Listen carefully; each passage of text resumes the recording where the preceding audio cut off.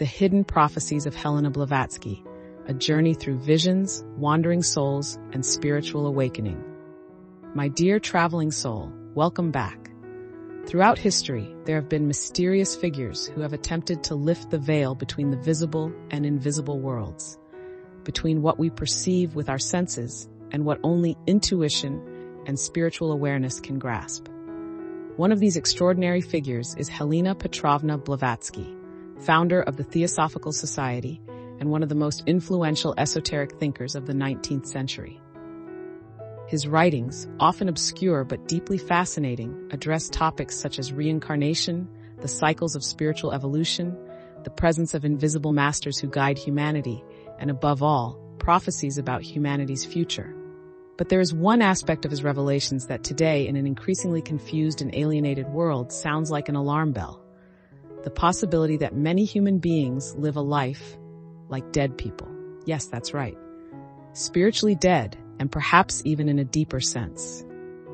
Let's see together what Blavatsky actually said, what she prophesied, and why these messages seem to be directed at us today, in the year 2025. A sleeping humanity, alive but as if we were dead.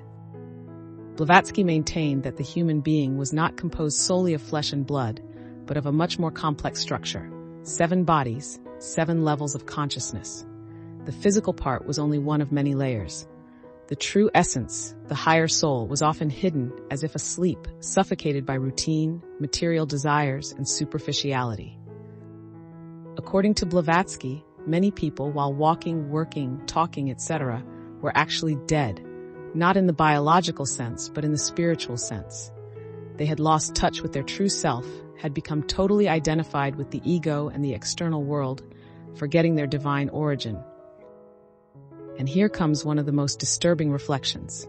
If you don't recognize your soul, if you live without conscience, if you act like an automaton, you are like a ghost, wandering aimlessly in this world.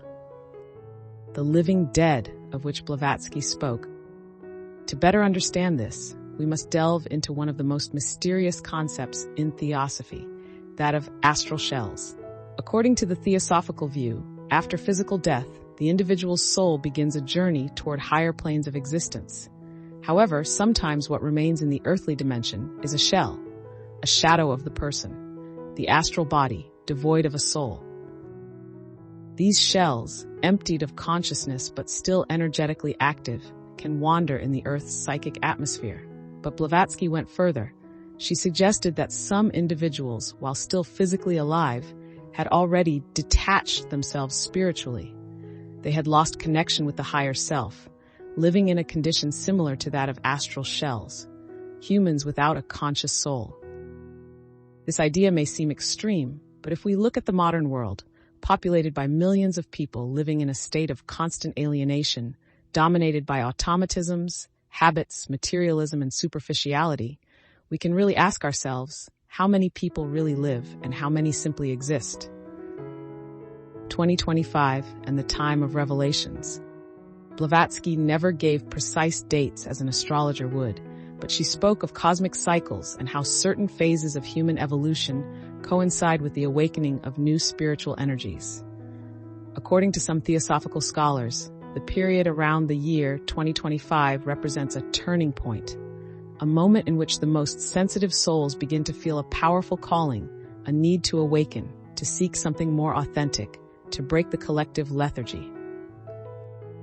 In her monumental text, The Secret Doctrine, Blavatsky speaks of millennial cycles during which humanity evolves spiritually. From time to time, however, a shock occurs, an acceleration, a sudden, almost violent change. The world seems to go mad. Everything is confused, crises, wars, disasters, loss of values.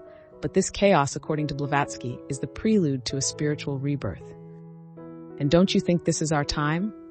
A time when everything is in crisis.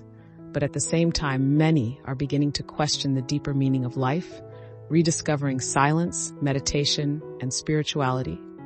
The prophecy of the new race. One of Blavatsky's most powerful prophecies refers to the birth of a new race, not in a biological or ethnic sense, but as a spiritual race. A different humanity, conscious, awakened, capable of living according to higher laws. This race would have been born after a period of great darkness, confusion, and loss of values. Yes, just like what we are going through now. These new humans were reportedly endowed with superior internal abilities: telepathy, intuition, deep compassion, and a direct connection with the divine. This isn't science fiction, but the result of a long process of internal transformation. According to Blavatsky, each of us has the potential to be part of this new humanity, but not all of us will achieve it. Only those who consciously choose the path of awakening, of truth, of spiritual love, will be able to ascend to this new condition. How to know if you're spiritually dead and how to wake up. At this point, you might be asking yourself, so what about me? What state am I in? There are some signs that, according to theosophical teaching, indicate a disconnection from the soul. Living without purpose, as if each day were a copy of the previous one. Dependence on external stimuli, such as the constant need for distractions, consumption, strong emotions. Lack of empathy and compassion, as if others were just extras in our story. Rejection of silence and introspection, fear of being alone with oneself. A feeling of deep emptiness, even if everything seems to be going well in material life. But the good news is that you can awaken. The first step is self-observation. Then comes meditation, spiritual study, contact with awakened people, and above all, opening your heart. Blavatsky said it clearly: there is no need to follow dogmas. Rather, it is essential to cultivate the truth within oneself with sincerity and discipline. The invisibles that guide us. Another fascinating element of Blavatsky's vision is the presence of invisible masters, also called brothers of light or Mahatmas. According to theosophical tradition, they are spiritually advanced beings who do not need to reincarnate, but rather watch over humanity, silently guiding those who are ready. These teachers don't impose anything, but rather respond to those who sincerely seek them. They're like lighthouses in the night. They don't force you to look at them, but if you do, their light can show you the way. Not all is lost. Death can be an awakening. Paradoxically, Blavatsky said that death, real physical death, can also represent an opportunity for awakening. When the soul leaves the body, it is freed from many illusions. And sometimes, right in that passage, a profound awareness can occur. But the real miracle is waking up before death, while we are still here in the flesh, and we can choose, change, evolve. Conclusion: the message for us today. The message Blavatsky left us more than a century ago is more relevant than ever. We live in a time when humanity seems to have lost its meaning, but at the same time, millions of people feel called to something greater.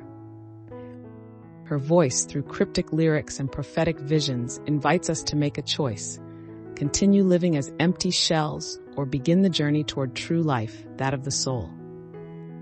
In 2025, these words are no longer just theory.